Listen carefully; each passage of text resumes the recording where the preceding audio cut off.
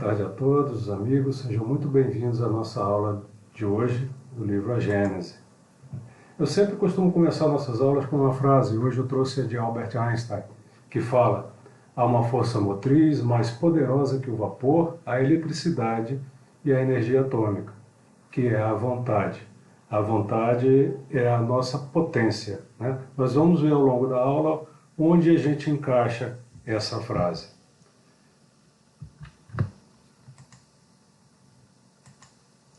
Vamos agora ao nosso evangelho de hoje. Os espíritos encarnados em um mundo não estão ligados indefinidamente a ele e não cumprem nele todas as fases progressivas que devem percorrer para chegar à perfeição. Quando atingem o grau máximo de adiantamento no mundo em que vivem, passam para um outro mais avançado, e assim sucessivamente, até que cheguem ao estado de espíritos puros. Essa passagem está no capítulo 3 do Evangelho, item 5, onde há muitas moradas na casa de meu Pai. E os Espíritos vêm nos ensinar que todos os mundos são habitados, né, são habitáveis.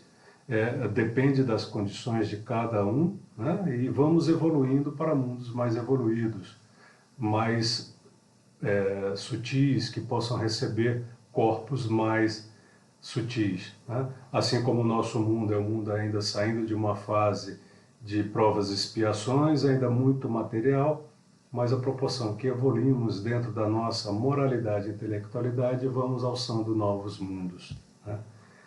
E assim, meus irmãos, pacificados por essa ideia, né? Esse conceito que nos foi apresentado por Jesus, de que somos espíritos imortais, que possamos conduzir nossa aula com muita clareza, com muita tranquilidade, pedindo a colaboração desses mentores espirituais que coordenam esse estudo, que possam nos assessorar, nos intuir, para que essa aula seja bastante proveitosa.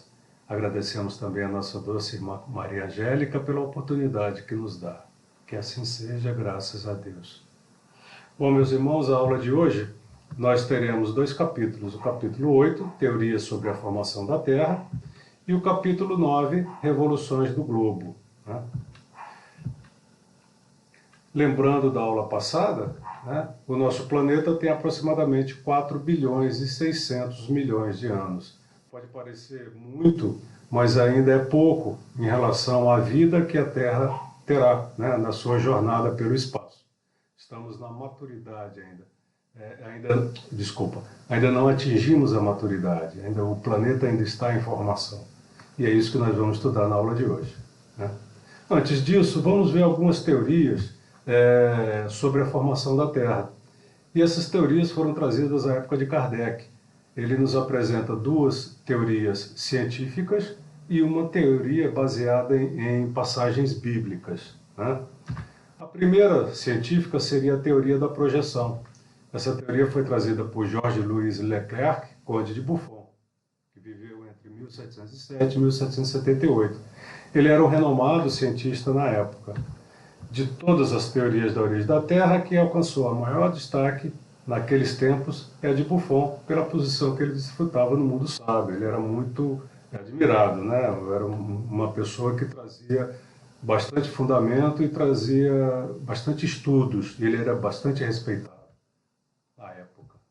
E vendo que todos os planetas se movem na mesma direção, do Ocidente para o Oriente, e no mesmo plano percorrendo órbitas cuja inclinação não passa de 7,5 graus, concluiu Buffon, dessa uniformidade, que eles foram postos em movimentos pela mesma causa, né? Então, dada a particularidade das órbitas, todos no mesmo sentido e praticamente no mesmo plano, ele concluiu que alguma coisa pôs em movimento tudo isso ao mesmo tempo. Todos os planetas que giram em torno do Sol. Daí formulou a suposição de que, sendo o Sol uma massa incandescente em fusão, um cometa tenha se chocado com ele e, raspando-lhe a superfície, tenha destacado desta uma porção que, projetada no espaço pela violência do choque, se dividiu em muitos fragmentos. Esses fragmentos formaram os planetas, que continuaram a mover-se circularmente pela combinação das forças centrífuga e centrípeta, no sentido dado pela direção do choque primitivo, isto é, no plano da elíptica. Então ele imaginou o seguinte, que dada a uniformidade das órbitas, né, no mesmo sentido e no mesmo plano, algo se chocou ao Sol, que desprendeu massa do Sol, e essa massa orbitou em torno do Sol em função da força centrífuga e centrípeta, e em função também da gravidade exercida pelo Sol. Tá? E isso que chocou-se com o Sol havia sido um cometa, isso na teoria dele. Tá? Aqui nós temos uma visão das órbitas dos planetas, a única que difere um pouco é de Plutão, é o planeta que gira mais afastado do Sol, mas no geral todas estão praticamente no mesmo plano e orbitando no mesmo sentido. Aí eles nos trazem algumas considerações, que de acordo com seus cálculos, a Terra teria gasto cerca de 74 mil anos para chegar à sua temperatura atual, o que não o que a ciência hoje já comprova não ser verdade. Haja visto que a Terra já tem 4,6 bilhões de anos. E dentro de 93 mil anos, veria o término da existência da natureza organizada. Quer dizer, daqui a 93 mil anos, né, a existência de vida no planeta não teria mais vida no planeta. Tá? Também reconhecendo que se a Terra levou 4,6 bilhões para chegar ao que está hoje, ela levará mais alguns tantos bilhões de anos até esse estado final. Reconhece absolutamente inexato os cálculos de Buffon. Atualmente a ciência demonstra o seu equívoco, pois ela parte de uma premissa inviável, qual seja a de que um cometa pode abalroar o Sol e fazer com que parte dele se desprenda. Hoje nós sabemos que os cometas são compostos de matéria gasosa, imprópria para atingir o Sol, a ponto de fragmentá-lo. Aqui cabe uma observação.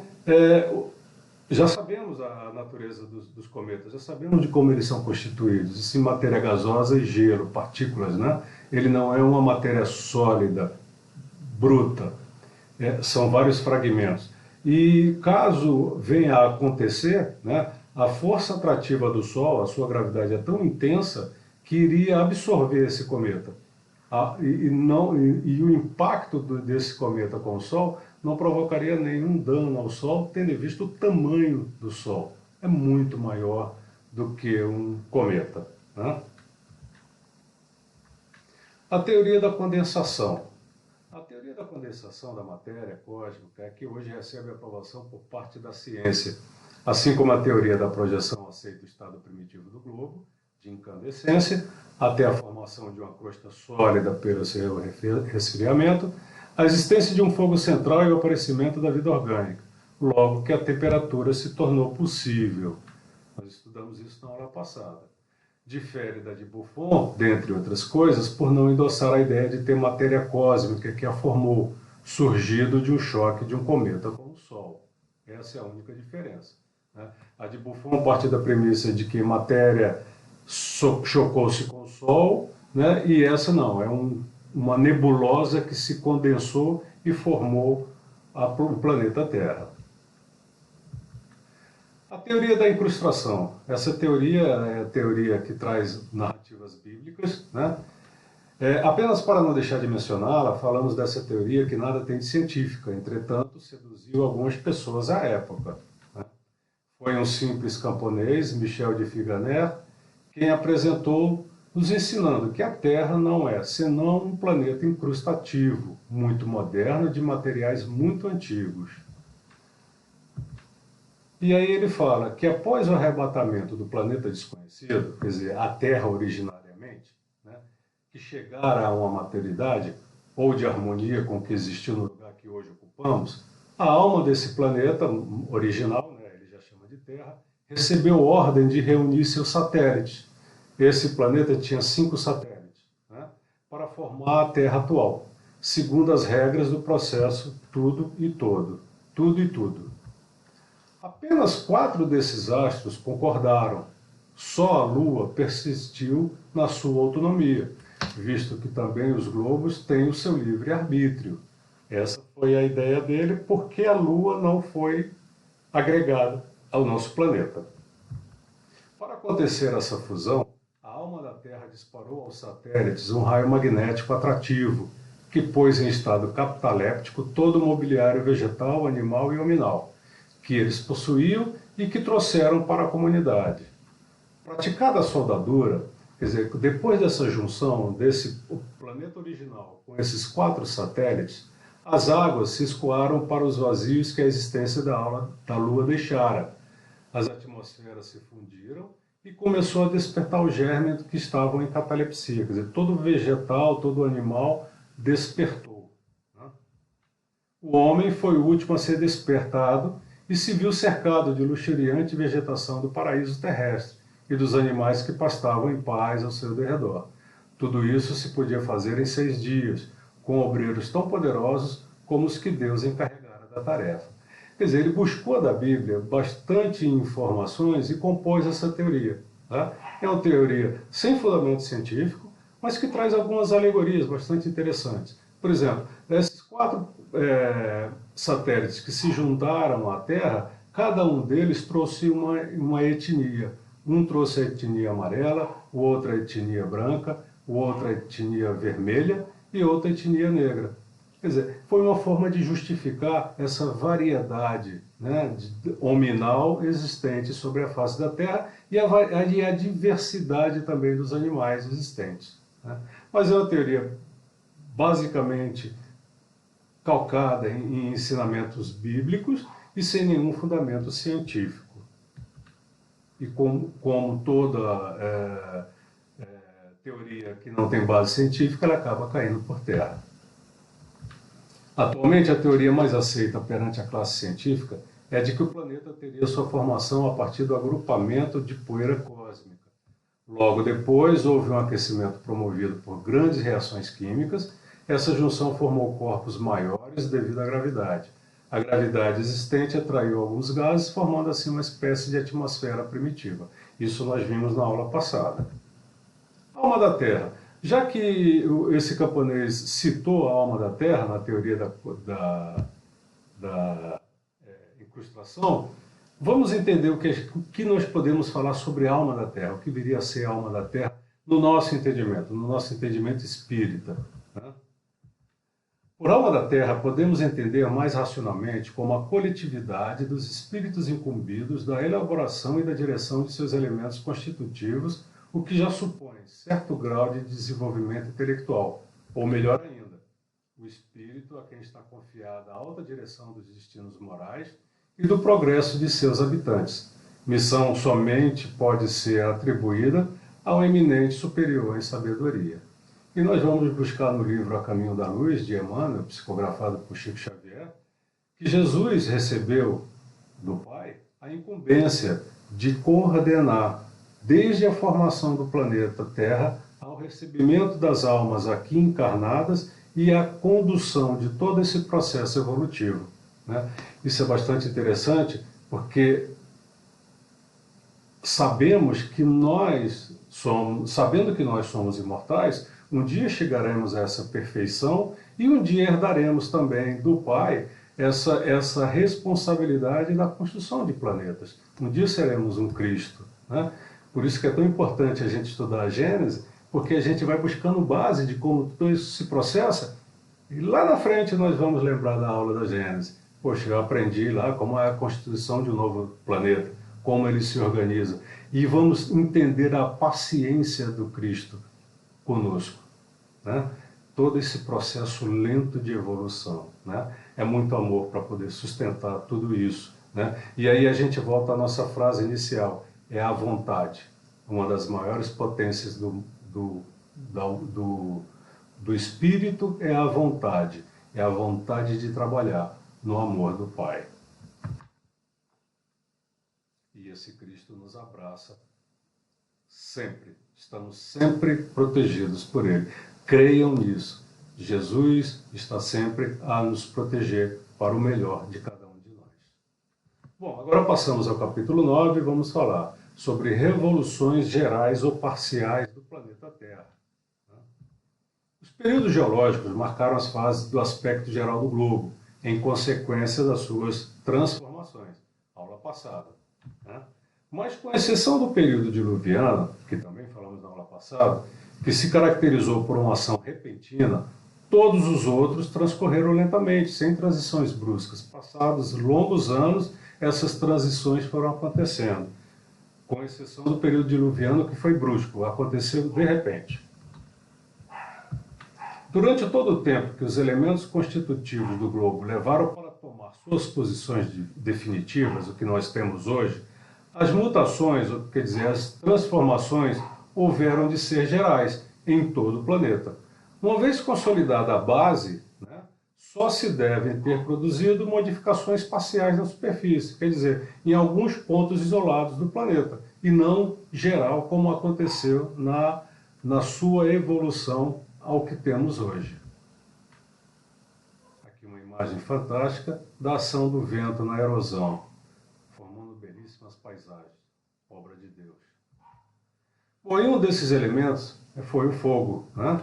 O fogo, através de erupções vulcânicas, sepultaram sob espessas camadas de cinzas e lavas os terrenos do entorno, fazendo desaparecer cidades com seus habitantes. Nós temos um exemplo muito vivo, né?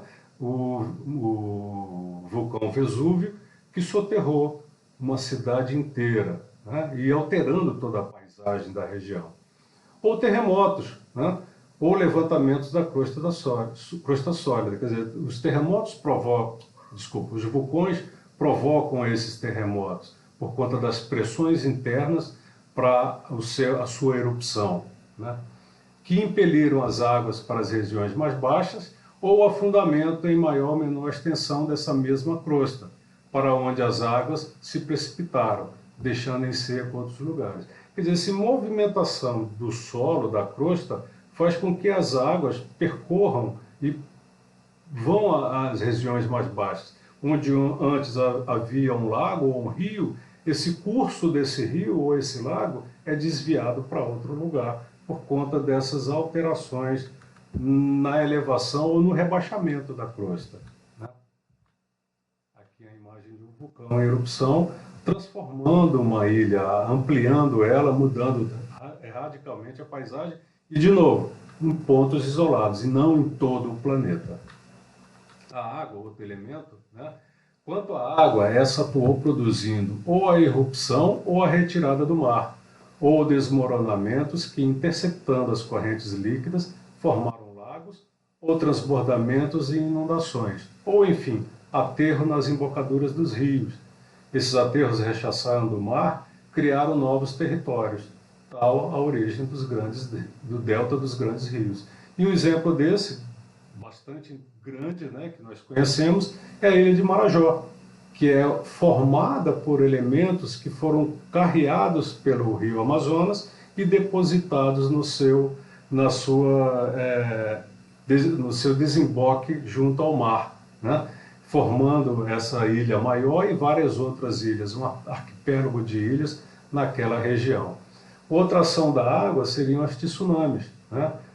Tivemos um exemplo recente no Japão, onde, devido a um grande terremoto, né, e um afundamento na crosta próxima à costa do Japão, provocou ondas de grande intensidade que avançaram sobre a ilha, né, ou sobre o continente, no caso no Japão, a ilha, devastando toda a costa e modificando a paisagem, né?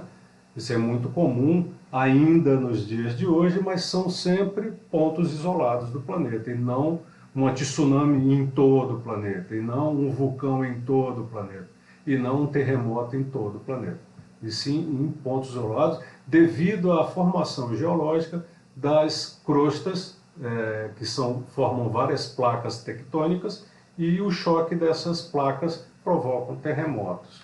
E o vazamento de gases nessas placas provocam os vulcões. Foi assim que surgiram ilhas no meio do oceano, enquanto que outras desapareceram, que porções de continentes se separaram e formaram ilhas, que braços de mar secados ligaram ilhas e continentes. E assim continua esse processo. Esse processo é um processo natural de acomodação do planeta, né? Aqui nós temos uma imagem de um vulcão levantando águas e transformando a região. Face a isso, face a essa grandiosidade de águas e deslocamentos, grandes mudanças climáticas, nós vamos falar um pouco sobre o dilúvio bíblico, se de fato aconteceu. Bom, para os homens de então, que conheceram uma extensão muito limitada da superfície do globo e nenhuma ideia tinham da sua configuração, desde que a inundação invadiu os países conhecidos, invadida fora para eles o mundo inteiro. Então vamos imaginar que naquela época a humanidade vivia muito no seu local, ela não migrava, né? E desconhecia a extensão do planeta, desconhecia a formação do planeta, não sabia da sua extensão. Então, para eles, o mundo se restringia ao que eles alcançavam na visão, né? O mundo, para eles, era aquele local onde eles habitavam.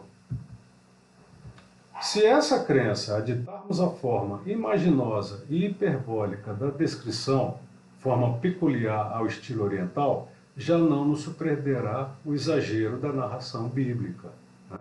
Isso é muito comum à época, né? É aquele famoso, quem conta um conto, aumenta um ponto. Sabemos também que não pode ter sido causado pela chuva, pois, por muito copiosa que fosse, e ainda que se prolongasse por 40 dias, o cálculo prova que a quantidade d'água caída das nuvens não podia bastar para cobrir toda a terra acima das mais altas montanhas. Quer dizer, cientificamente é comprovado que esse dilúvio bíblico geral no planeta não ocorreu como narrado. Aqui uma imagem da Arca de Noé e os animais que ele transportou. O dilúvio bíblico, também conhecido pela denominação de Grande Dilúvio Asiático, é fato cuja realidade não se pode contestar. Quer dizer, ele aconteceu de fato, mas numa região isolada, num ponto isolado, e não em todo o planeta. Deve ter ocasionado o levantamento de uma parte das montanhas daquela região. Como nós falamos, o deslocamento da crosta e a sua superposição formam montanhas, também estudado nas aulas passadas. Corrobora essa opinião a existência de um mar interior que ia, outrora, do Mar Negro ao Oceano Boreal, comprovada pelas observações geológicas. O Mar de Azov, o Mar Cáspio, cujas águas são salgadas, embora nenhuma comunicação tenha com nenhum outro mar, o Lago Aral e os inúmeros lagos espalhados pelas imensas planícies da Tartália e as estepes da Rússia parecem restos daquele antigo mar. Quando do levantamento das montanhas do Cáucaso, posterior ao dilúvio universal, naquele período que nós estudamos, parte daquelas águas escoou para o norte, na direção do Oceano Boreal, outra parte para o sul, em direção ao Oceano Índico.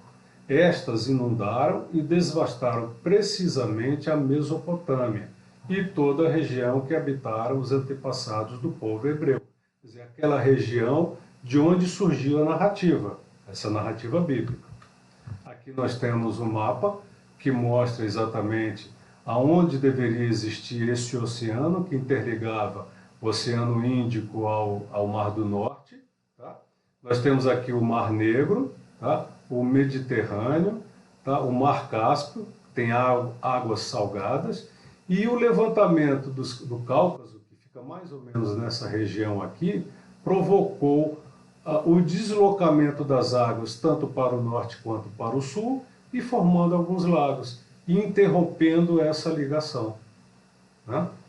Então, cientificamente, isso já está comprovado. E nessa região é possível encontrar vestígios de uma grande embarcação, que poderia ser originariamente da Arca. Tá? Mas aí vamos analisar. Foi um ponto isolado da Terra.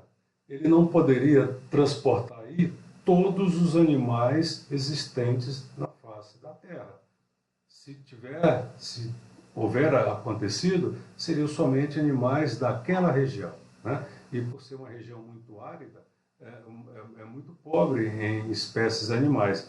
As florestas são mais ricas em espécies, né? Aqui nós temos um vestígio de uma possível barca, né? Bom, revoluções periódicas. O que vem a ser revoluções periódicas? São os movimentos que o planeta Terra promove, né? Além do movimento de rotação em torno do seu eixo e de translação em volta do Sol, né, nós temos dois outros movimentos que a Terra executa, que seria o solstício e o equinócio. Né? O equinócio é uma palavra que deriva do latim equinotium, que significa noite igual. Refere-se ao momento do ano em que a duração do dia é igual à da noite, sobre toda a Terra. Então, o equinócio vernal, de 21 de março, tá? Você tem a posição da Terra de tal forma que ela recebe insolação igual em toda a sua face exposta ao Sol. Né? E o equinócio outonal, em 23 de setembro, tá? Que aconteceu ontem. Da mesma forma, a Terra está na posição tal, que recebe a mesma intensidade de raios solares, e a duração do dia é igual à duração da noite. Né? O solstício. E o solstício, que é derivado do latim sol mais sistere, solstitium, que significa parado, imobilizado, e está associado à ideia de que o Sol estaria como que estacionário. Marca a época do ano em que o Sol, no seu movimento aparente na esfera celeste, atinge o máximo afastamento angular do Equador. Né? Então, nós temos aqui a Terra nesta posição, onde os raios solares incidem mais sobre o hemisfério norte e menos sobre o hemisfério sul. Né? Vale aqui uma consideração. Toda essa nomenclatura ela é baseada no hemisfério norte, porque daí surgiram as ciências. Né? Então, toda vez que nós falamos solstício de verão no dia 22 de junho, ele se refere ao verão do hemisfério norte, ok? Então, toda essa nomenclatura ela é derivada do hemisfério norte. Nós a adotamos aqui e sabemos que o nosso inverno é contrário ao verão do hemisfério norte. Então, quando lá é verão, aqui é inverno.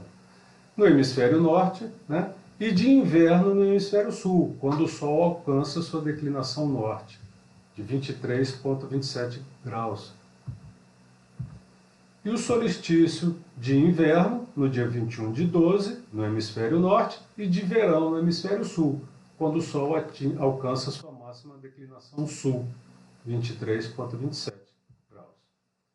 Bom, nós já entendemos que a Terra tem a sua rotação, gira em torno do Sol, mas nessa rotação a Terra desenvolve um outro movimento. Vamos estudá-la agora e compreender. E vai trazer bastante fundamento para o que está acontecendo hoje com o nosso clima. Tá? Em consequência da gradual mudança da obliquidade do eixo, o movimento do equinócio avança cada ano alguns minutos. 25 minutos e 7 segundos. Então, a cada ano, o equinócio muda 25 minutos. Tá? Então, por ano, é praticamente nada. Por um século, já é alguma coisa. Por um milênio, já é bastante coisa, se você somar. Né?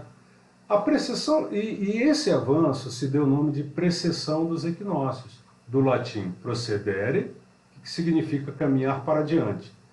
Com o tempo, esses poucos minutos fazem horas, dias e meses, e anos. Né? Resultando daí que o equinócio da primavera, que agora se verifica no mês de março, nós estamos nos referindo ao hemisfério norte, né? Em dado tempo, aqui no caso seria o equinócio de outono, né?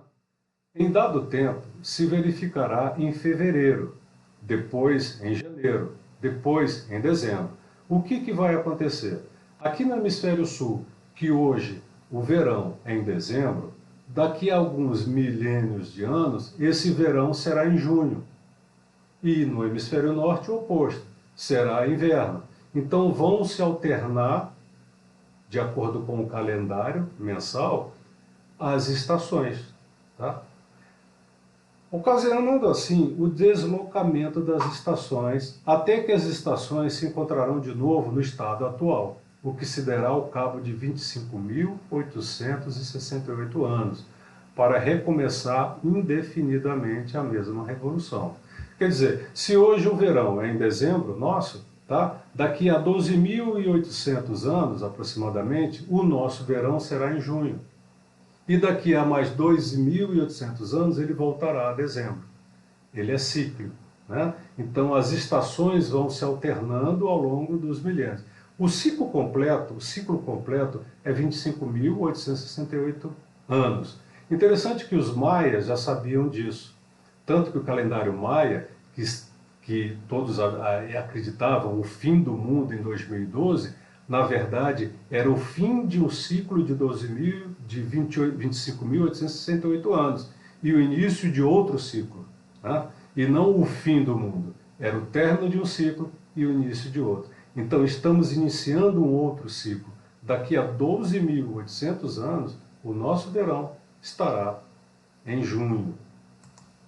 Esse movimento consiste numa espécie de oscilação circular, esse movimento que a Terra apresenta, como de um peão perdendo a velocidade. Assim, o eixo da Terra mudando de inclinação.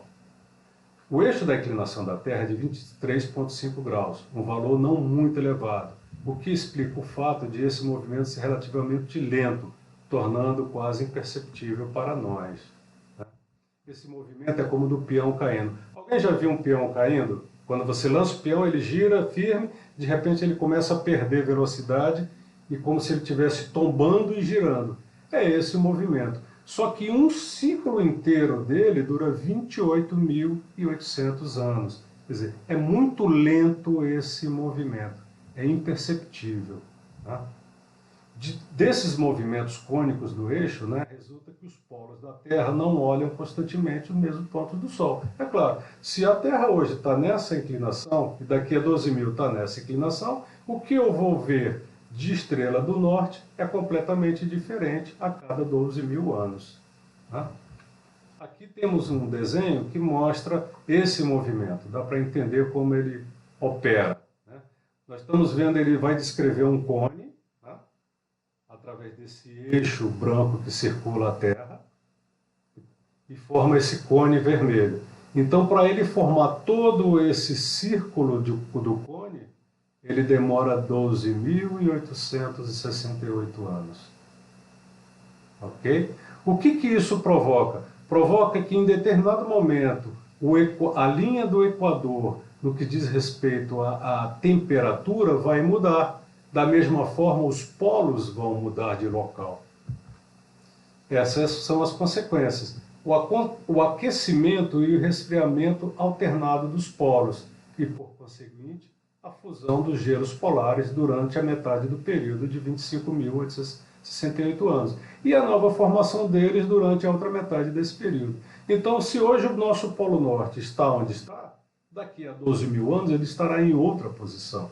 Então isso justifica esse degelo que a gente está apreciando hoje, porque o polo está mudando de lugar. Né? É bem provável que daqui a 12.000 anos ele esteja, bem provável não, é provável que daqui a 12.000 ele esteja em outra posição. Assim como a linha do Equador dos países tropicais, né, dos trópicos, também sofrerá alternância. Durante a execução do metrô de Londres, nas escavações do metrô, que são feitas por Shield, aquela máquina tatuzão, foram encontrados restos de matéria orgânica originária de países tropicais, de floresta tropical. Então, há algum período da vida, né, da Terra, aquela região onde hoje é Londres foi clima tropical. Hoje é um clima temperado.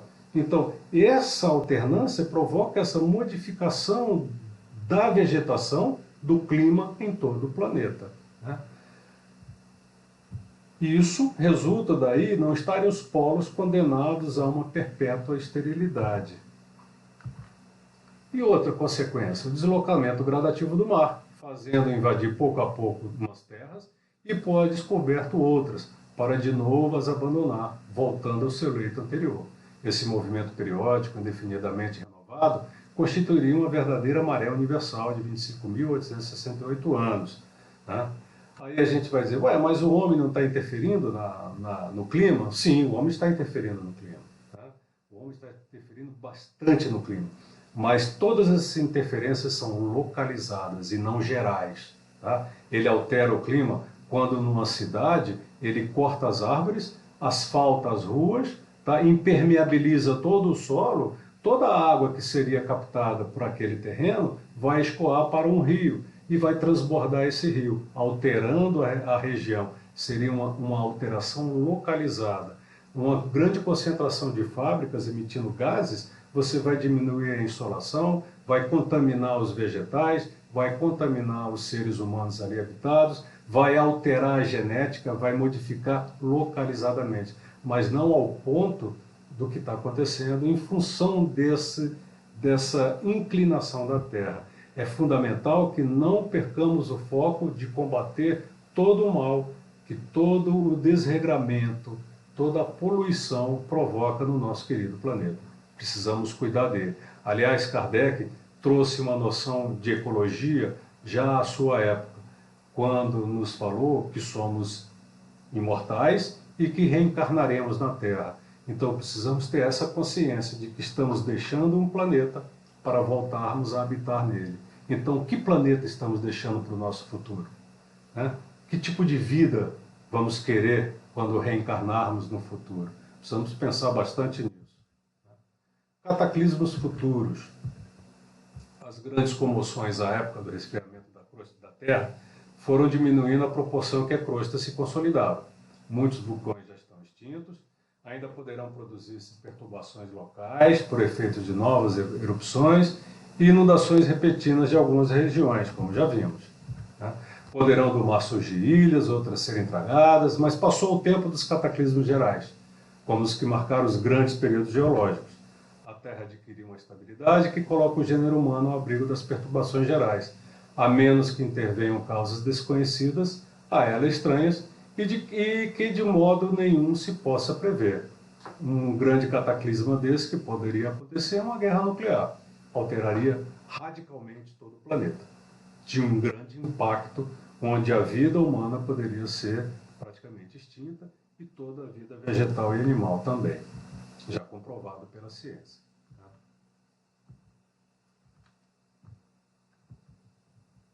Bom, deve-se igualmente ignorar a possibilidade do choque da Terra com outro planeta. Né? A regularidade e a invariabilidade das leis que presidem os movimentos dos corpos celestes tornam impossível a probabilidade de tal encontro.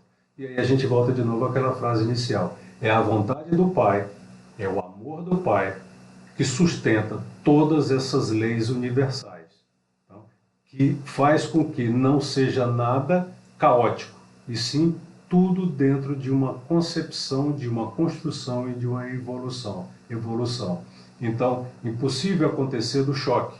Tá? Esse choque só viria a acontecer quando, findo aquele período de vida material que quer dizer é de organização material, e que possa ser aproveitada para a transformação de um novo planeta. Né? Os famosos buracos negros estão aí para isso. Né? Seriam os sugadores de matéria para transformar em nova matéria. Né? É a famosa lei de Lavoisier.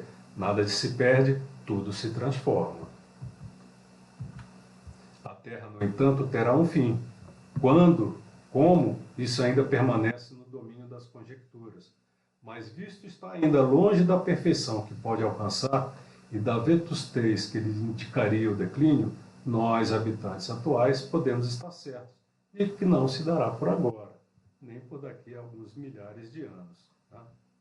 Então, que possamos ser merecedores da terra, como Jesus falou, os mansos herdarão a terra, que possamos retornar nas nossas próximas encarnações a esse planeta abençoado.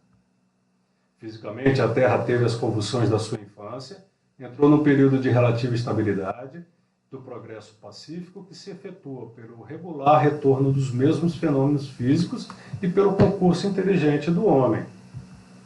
Estamos ainda em pleno trabalho de gestação do progresso moral, até que a humanidade se haja avançado suficientemente em perfeição, pela inteligência e pela observância das leis divinas, as maiores perturbações ainda serão causadas pelos homens, mais do que pela natureza. Isto é, serão antes morais e sociais do que físicas. Então, cabe a nós aqui cuidarmos, cada um, né, do nosso planeta. Precisamos ter essa consciência bastante viva em nós. Né? Aumento ou diminuição do volume da Terra. Kardec trouxe essa questão. O volume da Terra aumenta, diminui ou permanece estacionário? E aí fomos buscar no capítulo 6, uranografia. Os mundos se esgotam pelo envelhecimento e tendem a dissolver-se para servir de elementos de formação a outros universos, como nós comentamos anteriormente. Restituem pouco a pouco ao fluido cósmico universal do espaço o que dele tiraram para formar-se, aquele famosa lei de Lavoisier. Nada se perde, tudo se transforma. Além disso, todos os corpos se gastam pelo atrito. O movimento rápido e incessante do globo, através do fluido cósmico, dá em resultado de diminuir constantemente sua massa, se bem que de quantidade inapreciável e em determinado tempo. Então, isso vai acontecer, mas daqui a alguns milhares de anos. Ainda temos uma jornada longa pela frente. Então, a existência dos mundos pode se dividir em 3 períodos. O período primeiro, que seria da condensação da matéria, período em que o volume do globo diminui consideravelmente, conservando-se a mesma massa. É o período da infância. Na sequência, nós temos o segundo período, que é de contração, solidificação da crosta, eclosão dos germes, desenvolvimento da vida, até a aparição do tipo mais aperfeiçoado. Nesse momento, o globo está em toda a sua plenitude. É a época da virilidade. Ele perde, mas muito pouco, seus elementos constitutivos. E o terceiro período, que à medida que seus habitantes progridem espiritualmente, passa ele ao período de decrescimento material. Sofre perdas, não só em consequência do atrito, mas também pela desagregação das moléculas. Em seu duplo movimento de rotação e translação, ele entrega ao espaço parcelas fluidificadas da sua substância, até o momento que se completa a sua dissolução. Assim, nascimento, vida e morte, ou infância, virilidade, decrepitude, são as 3 fases por que passa toda a aglomeração de matéria orgânica ou inorgânica. E indestrutível, só o espírito, que não é matéria. Então, nós não devemos temer, queridos amigos, a destruição da Terra no futuro. Não devemos temer. Somos espíritos, somos imortais. Quando desse movimento acontecer, já estaremos num grau de adiantamento muito maior, desde que nós nos esforcemos para isso. Então, portanto, estamos em jornada. Esse planeta ainda nos será muito útil no nosso burilamento, no nosso aperfeiçoamento, no nosso crescimento, tanto intelectual quanto moral. Então, precisamos estar bastante conscientes dessa necessidade de cuidarmos individualmente da nossa ecologia, que se individualmente cuidarmos dela, o planeta agradecerá, nos retornando com a beleza luxuriante dessa vegetação e desses animais que nos rodeiam. Essa passagem foi de Galileu, em 1868.